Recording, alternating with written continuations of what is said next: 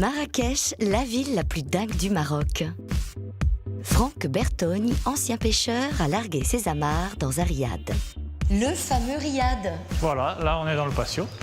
Il a ouvert son établissement à 2 pas de la place Jemaa el-Fna. Donc tu envisages ton retour en Corse? Ben oui, je m'imagine une retraite avec un petit bateau de pêche en professionnel, mais en faisant de la pêche en plaisance.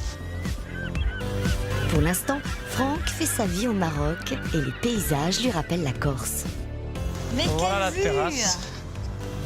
Sur les toits de Marrakech. Exactement. Et l'Atlas, fabuleux. L'Atlas en plein sud, oui. Et Marrakech, ça vous change une vie. Ma vision de la vie a changé en fait. Je me suis adapté à Marrakech. Je m'y plais vraiment beaucoup aujourd'hui. Je suis très proche de chez moi. Et après, j'ai ma famille qui vient 5 mois par an à Marrakech.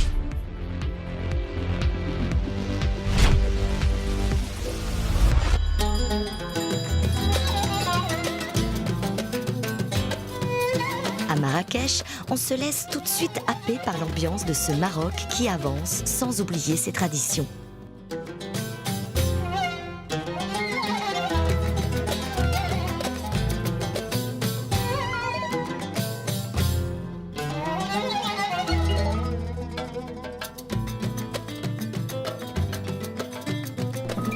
Au premier contact, la place Jemaa el-Fna, c'est, comment dire, surprenant. Il faut trouver son chemin entre les charmeurs de serpents, les diseuses de bonne aventure, les conteurs. Tout un monde surgit de l'imaginaire. Ça y est, tu es là. Eh oui, J'étais un peu perdue.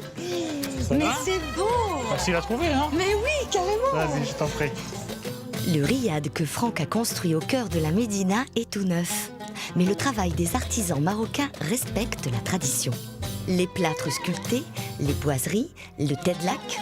Pour l'ameublement, ce sont Mireille et Carla, la mère et la tante de Franck, qui ont couru les marchands.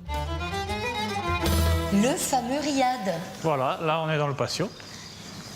Donc on peut dire que le riad est la maison traditionnelle Tout à marocaine. fait ça, tout à fait ça. En fait, un riad, c'est un patio avec une construction autour et des fenêtres donc qui donnent que sur l'intérieur. En fait, ils faisaient ça pour se protéger de la chaleur et du soleil. Donc tout a été pensé, réfléchi au moindre détail. Exactement. En fait, on a voulu garder ce côté traditionnel du riad et en fait, on a fait une petite touche moderne pour un peu se différencier. On a gardé malgré tout les colonnes, ce qui rappelle aussi les maisons de Rome antique. C'est ça, c'est ça, c'est ça. Avec le patio central. Exactement. On va monter à l'étage, parce Oui. que généralement le patio est là plutôt comme foyer. Exact, en fait, c'est le salon ouvert. C'est le C'est le salon salon ouvert ouvert avec des chambres autour, un salon fermé. Et après, en fait, donc au-dessus, on a des chambres. Et après aussi, la vie se fait beaucoup sur la terrasse. Allez, on y va.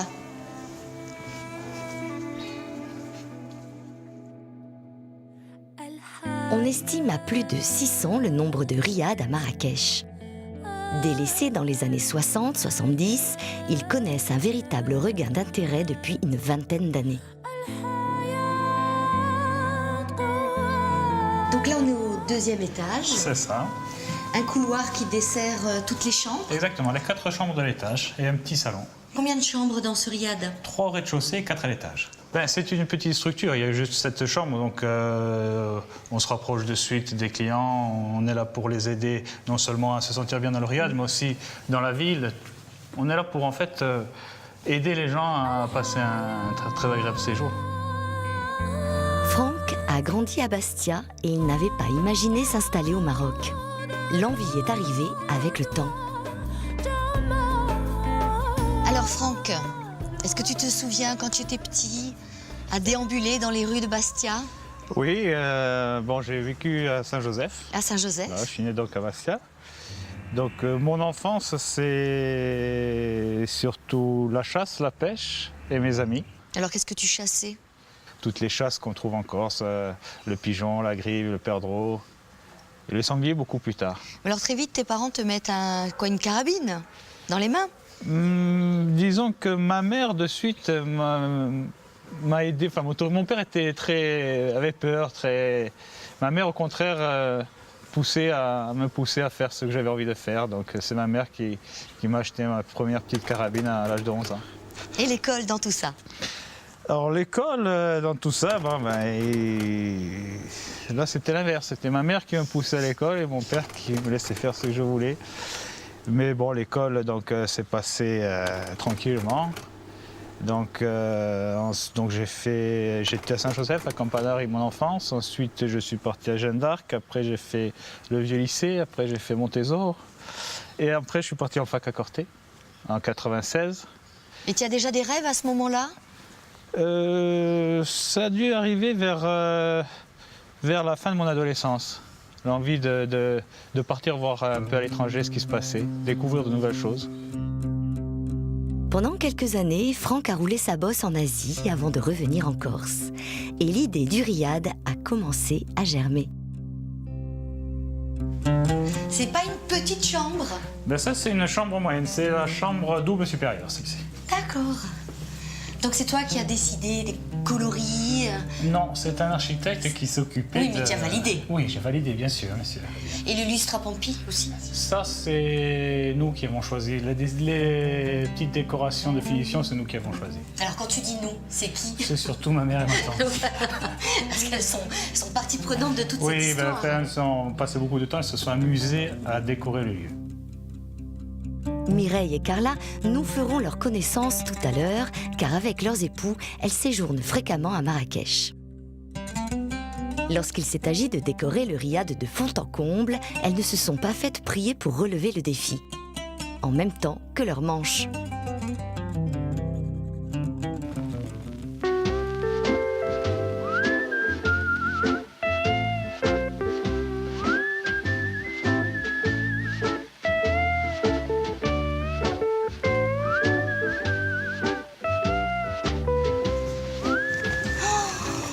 Mais quelle Voilà la vue terrasse. Sur les toits de Marrakech. Exactement. Et l'Atlas, fabuleux. L'Atlas en plein sud, oui. Là, on arrive à 4100 mètres, un peu 4000. plus. Il y a des stations de ski. Il y a une station de ski, oui. À combien de Marrakech? Environ 1h15, 1h30. La Koutoubia, pas loin. La Koutoubia, exactement. Plein ouest. Quelques minarets, c'est ça? Oui, oui, des minarets tous les 200 mètres. Un endroit magnifique pour se prélasser, bronzer, Oui. tout au long de l'année. Pratiquement. Là, il fait très très chaud. Là, il doit faire quoi, 25? 25, c'est ça? Et pour apprécier soit le petit déjeuner, soit les repas. Exactement, dîner, repas et petit déjeuner sur la terrasse dès que le temps le permet. Encore manger. Oui. Ouais, mais ça fait partie du charme aussi. Exactement. Bon, ben, on va y aller. La douceur du climat de Marrakech invite à lézarder sur les terrasses. L'Étoile d'Orient a organisé la sienne pour y servir les petits déjeuners, les repas, profiter du jacuzzi et des bains de soleil. En plein cœur de la frénésie d'une médina qui ne dort jamais, le calme de cette maison surprend. Et la vue sur les montagnes de l'Atlas a quelque chose d'irréel. Et justement, si on poussait la porte vers la rue, Allez, allons-y. Marrakech, nous voilà. Et voilà. Mais alors, comment t'as trouvé ce lieu? Ouais, en cherchant beaucoup. En cherchant? En cherchant beaucoup, oui. Et tu as trouvé? Oui, après presque 3 mois de recherche, nous avons trouvé ce petit terrain.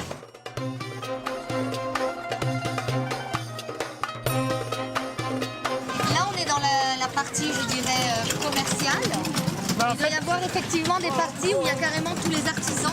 exactement, ce sont les souks qui sont juste derrière. Là. On va y aller. Hein. On va y aller. On est obligé d'y Eh oui. aller. Hein. Étape incontournable, si on survit. Oui.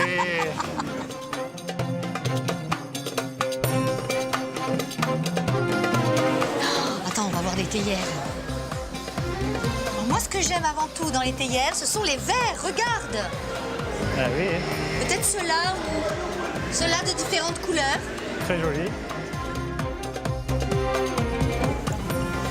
Ce ciel est d'un bleu.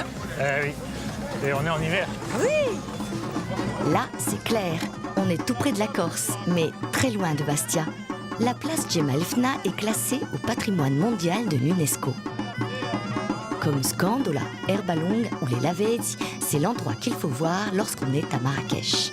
Le passé, le présent et l'avenir s'y croisent dans un délire de sons, d'odeurs et de sensations grisantes. Et de l'autre côté de la place, À l'ombre de la Koutoubia, le calme s'est installé.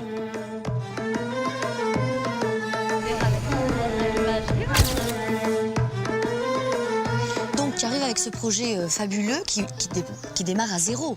Quand je suis venu ces 3 jours en 2008, les riads, donc c'était vraiment l'hôtellerie à Marrakech. C'était vraiment à la mode. Donc quand je suis arrivé ici, que j'avais l'idée d'un hôtel, donc on s'est dirigé vers un riad. Au début, on a cherché de prendre un riad déjà fait, puis on s'est rendu compte que les prix étaient très hauts.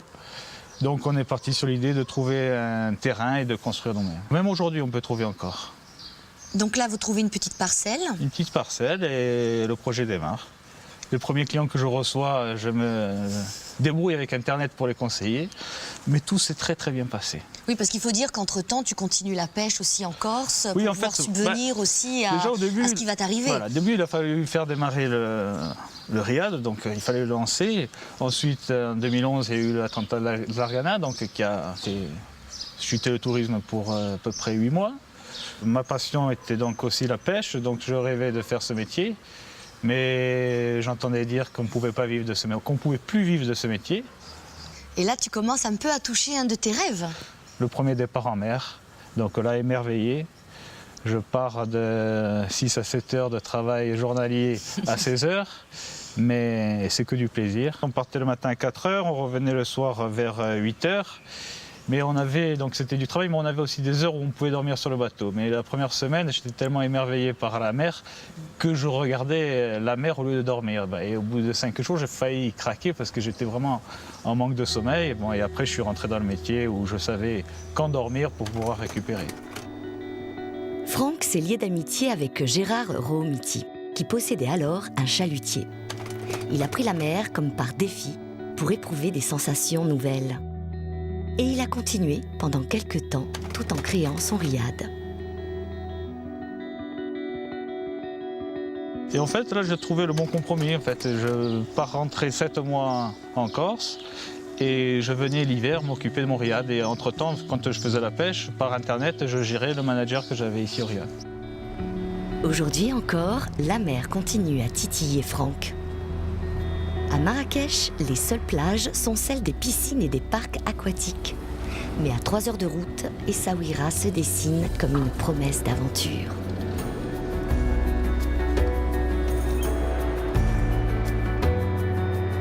La forteresse édifiée en 1506 par les Portugais est sur toutes les cartes postales. Un balcon sur la Grande Bleue qui nous ramène vers la pêche parce que Franck n'en a pas vraiment fini avec sa passion.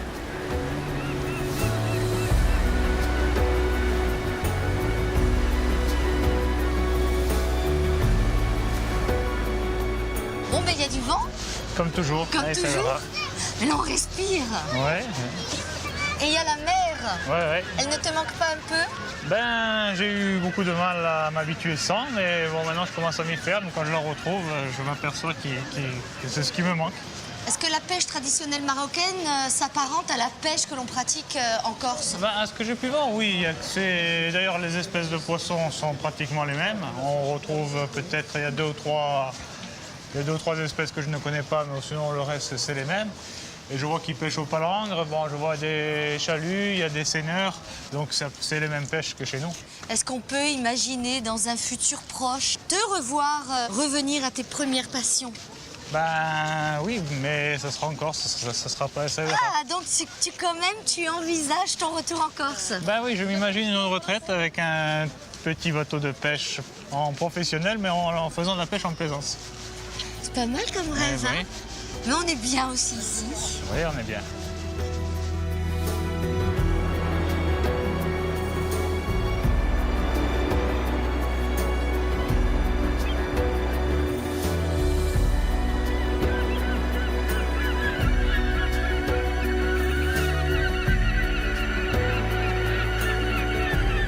Et qu'est-ce qu'on pêche ici? Ben, apparemment, comme je te disais, on retrouve les espèces de chez nous. On a du chapon, du Saint-Pierre, Du Pajot. de la lotte, du Pajot. Qu'est-ce qu'on retrouve? De la Mustelle Et surtout quand même la sardine. et de la sardine. Ouais, et ça verra, semble être un port vraiment orienté sur la sardine. C'est pour ça que j'adore cette ville. On va en manger, non? Là, je crois qu'on ne peut pas les éviter. Incontournable.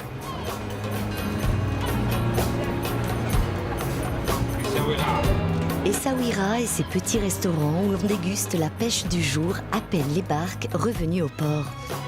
Du poisson, de l'araignée, de la langouste, grillée sur place, que l'on déguste sans faire de manière.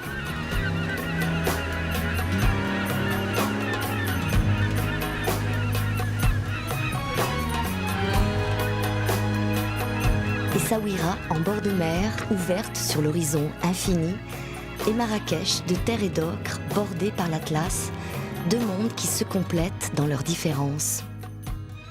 Comment tu as réussi à t'acclimater à Marrakech? Alors au début, très difficilement, étant donné que je venais par période, donc ma vie était vraiment que en Corse. Donc je venais ici, c'était vraiment du travail, j'avais pas vraiment d'amis, j'avais pas de cercle social autour de moi. Tu avais la famille? La famille. Par moment. Exactement, par moment. Et donc petit peu par petit peu, j'ai commencé à découvrir des personnes et ainsi de suite. D'ailleurs aujourd'hui, on se réunit 2 fois par semaine, le mercredi soir et le week-end. Donc ça a été facile pour toi de te créer une vie sociale? Oui, une fois que je me suis installé ici, oui. Tu as aussi, tu t'es mis au sport? Ben oui, parce que j'avais quand même besoin de me défouler, donc je me suis mis au début au jiu-jitsu brésilien et ensuite il y avait une personne qui faisait ce sport avec moi qui a ouvert une salle de crossfit, donc je suis allé faire du crossfit. Et la particularité du crossfit, c'est qu'il faut tenir la distance. De la petite foulée, du gainage, du cardio. Ça fait beaucoup dans une séance d'1 heure, mais Franck en a besoin. Et pour lui, c'est sport tous les jours.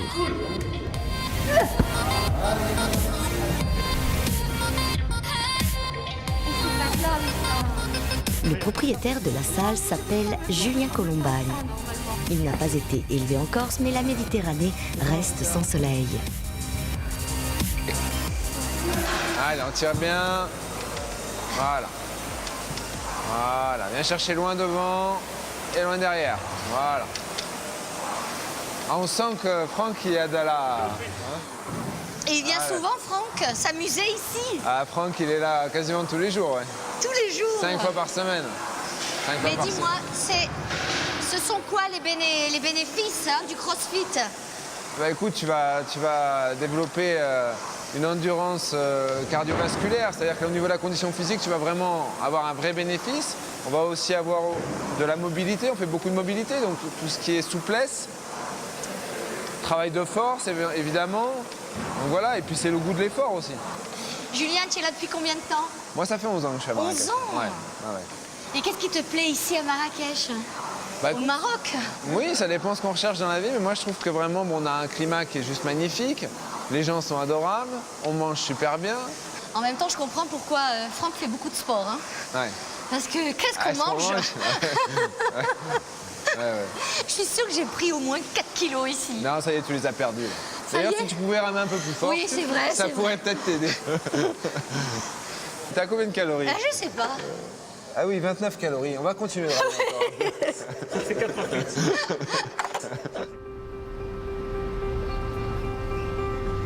À Marrakech, Franck n'est pas seul au monde. Sa famille y vit plusieurs mois dans l'année.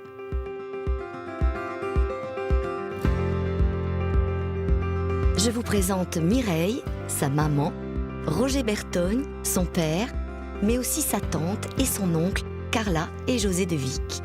Aujourd'hui, la famille déjeune chez Lucette Gherardi de Bastia, qui a lancé un business au Maroc. Voilà, me voilà avec toute ma famille. C'est le fameux socle. Exactement, Et qui peut-être sans eux, tu ne serais pas là. tout à fait. Alors qui s'est occupé de cette fameuse décoration? 2 championnes. Et vous vous êtes amusé? Le résultat est là. Vous vous êtes un peu amusé aussi. On s'est amusé, c'était une responsabilité. Ben oui. Entre une maison, décorer une maison, s'il y a des fautes de goût, c'est pas un souci. Mais une maison d'hôte, c'est quand même plus délicat. On a fait tous les magasins. On a fait... C'est les lanternes. qui ont commencé à nous à nous donner des idées. Après, on avait été voir un antiquaire qui est très connu, après des pampilles, des lustres vénitiens. Et puis, voilà. Et José, et donc quand vous êtes arrivé à Marrakech, c'est à Marrakech ou le Maroc, le pays en entier? Non, le pays m'a plu, je l'ai fait de fond en comble, de tous les côtés. J'ai traversé de Haut-Atlas, du nord au sud à pied, donc j'ai fait le Maroc. Mais Marrakech, c'est Marrakech. Marrakech, c'est une ville fantastique. On l'aime, on l'aime pas. Quand on l'aime, on est foutu. C'est une drogue. C'est une drogue. Marrakech, c'est le Maroc de la tradition qui vit dans l'avenir. La ville compte aujourd'hui près d'1 million d'habitants. Ils étaient moins de 175 000 en 2004. La ville moderne est moderne, avec de larges avenues et de grandes enseignes. Elle scintille de lumière et pétille de vie du soir au matin.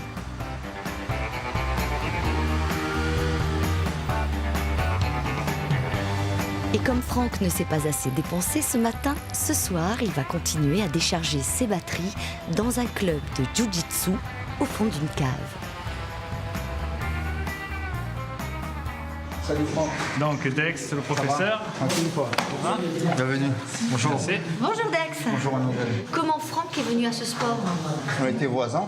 Et dans mon riad que je louais, etc., j'avais une salle où j'avais mis des tapis où on faisait du jujutsu.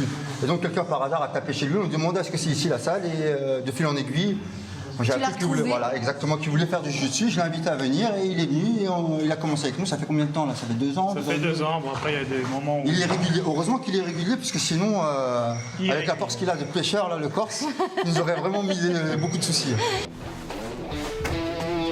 Franck en est encore à ses débuts. Mais allez, une petite confidence. Le premier jour, il est arrivé avec une ceinture mauve, parce qu'il n'en avait pas trouvé d'autre.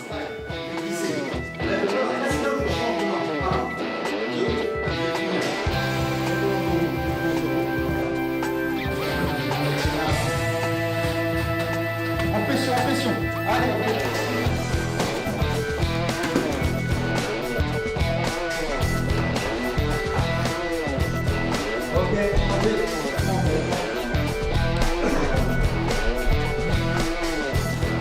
Le jiu-jitsu, c'est l'art de combattre sans se laisser bloquer au sol.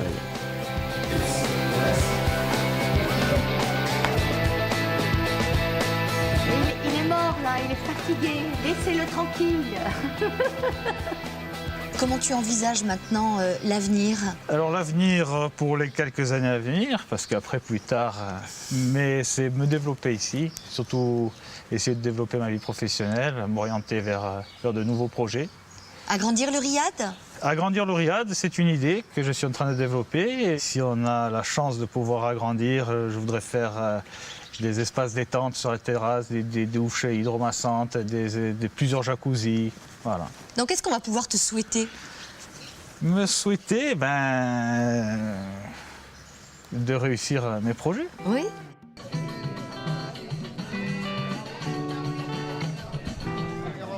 J'ai l'impression que ça fait vraiment ambiance de place de village. Quand il y a un bal, un michoui ou... Ouais, mais alors ça, en fait, si tu veux, c'est des restaurants qui... Là, l'après-midi, il n'y a rien. À 6h, ils commencent à monter le restaurant. Et le soir, donc, tu vois qu'il y a tous ces restaurants où tu peux manger vraiment des plats typiques. J'ai les yeux qui piquent, alors on va continuer à avancer. Hein. Bonsoir. Mais ça sent super bon. Bonsoir, merci. Merci. Vous avez la dalle, non? Il y a de la vie. Mais les gens aiment sortir.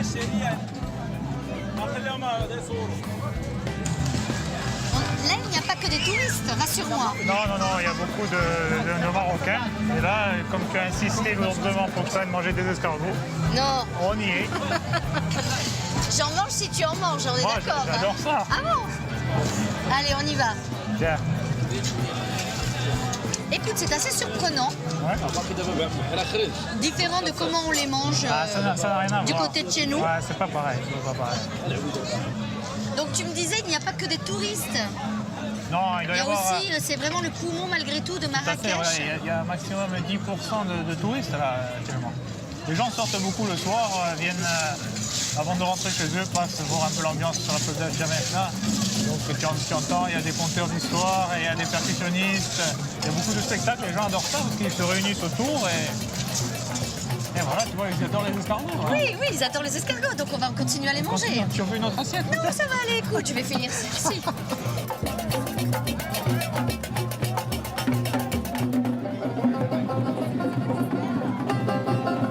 Sur la place Djemal Fna, où la nuit vient de tomber, je comprends ce que disait José, l'oncle de Franck.